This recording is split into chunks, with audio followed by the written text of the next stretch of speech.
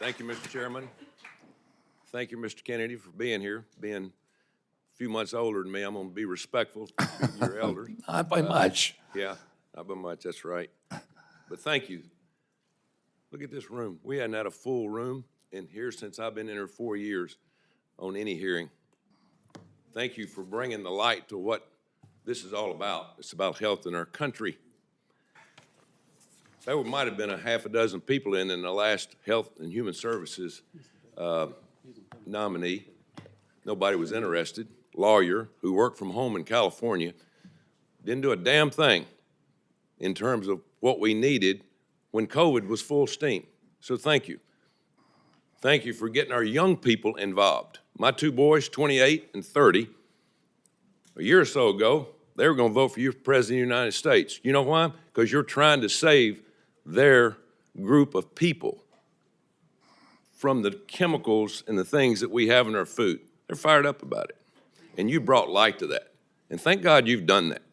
You brought importance to what we're doing. You know, I coached for 40 years. In the last 4 or 5 years I coached, I'd never seen like the run on drugs our young people are being given by doctors across this country. We have a attention deficit problem in this country. You know, attention deficit, when you and I were growing up, our parents didn't use a drug, they used a belt and whipped our butt, you know, and told us to sit down. Nowadays, we give them Adderall and Ritalin, like candy across college campuses and high school campuses. Mr. Kennedy, what are we going to do about that? Today, 15% of American kids are on Adderall. And there's clearly a major problem with overprescription, not just with our children, but with our entire population. We have 4.2% of the world's population, and we take 50% of the pharmaceutical drugs. And there's a recent study by Peter Ghosh, who is one of the founders of the Cochrane Collaboration, that showed that prescription drugs are now the third largest cause of death in our country after cardiac arrest and cancer.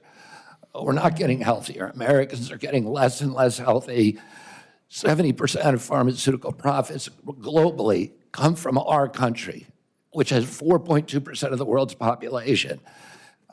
We're the only country that allows full-scale pharmaceutical ads on TV.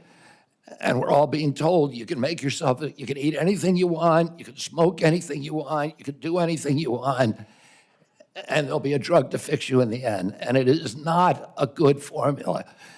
And our kids are getting sicker and sicker. They're not getting better. Nobody here, all the people here who are defending this current system and defending these pharmaceutical industry profits, many of whom are taking huge amounts of money from the pharmaceutical industry, millions of dollars for many of these senators.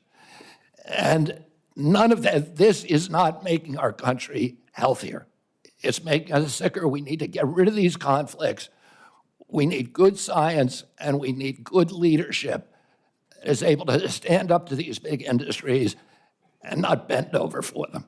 Thank you. And you brought to light the vaccines over the last couple of years. I've had my first granddaughter here in a couple of weeks, and my son and his wife have done their research about vaccines, and she's not going to be a pincushion. We're not going to allow that to happen. But you brought that up, but as you and I talked about vaccines, Coach, let's empower scientists to do their job. You know, let's go by what they do. Let's don't just do something for the pharmaceutical company. So I appreciate you doing that. One other thing is you and I talked about red dye number 3, and just happened, you and I talked about that, and a few days later in this room we had the FDA director. And I asked him, why do we use red dye 3 in our cosmetics, or we don't use it in cosmetics, we use it in our food, but we don't use it in cosmetics because it causes cancer. What in the heck's going on? Well, a few weeks later, because of your insistence, we dropped it. So tell me about dyes and things that you're concerned about, because I get more talk about that than anything. We have 10,000 ingredients in our food in this country because FDA employs a standard called the GRAS standard that looks at any new chemical as innocent until proven guilty. In Europe, they have 400 ingredients in their foods. Kellogg's makes Fruit Loops for the United States alone. It is loaded with red dye, blue dye, yellow dye, and many, many other ingredients. They make the same product for Canada that's all vegetable dyes. And for Europe, if you eat a McDonald's French fry in this country, it has 11 ingredients. You eat the same product in Europe, it has 3. We are allowing these companies, because of their influence over this body, over our regulatory agencies, to mass poison American children. And that's wrong. It needs to end. And I believe I'm the one person who's able to end it. Thank you.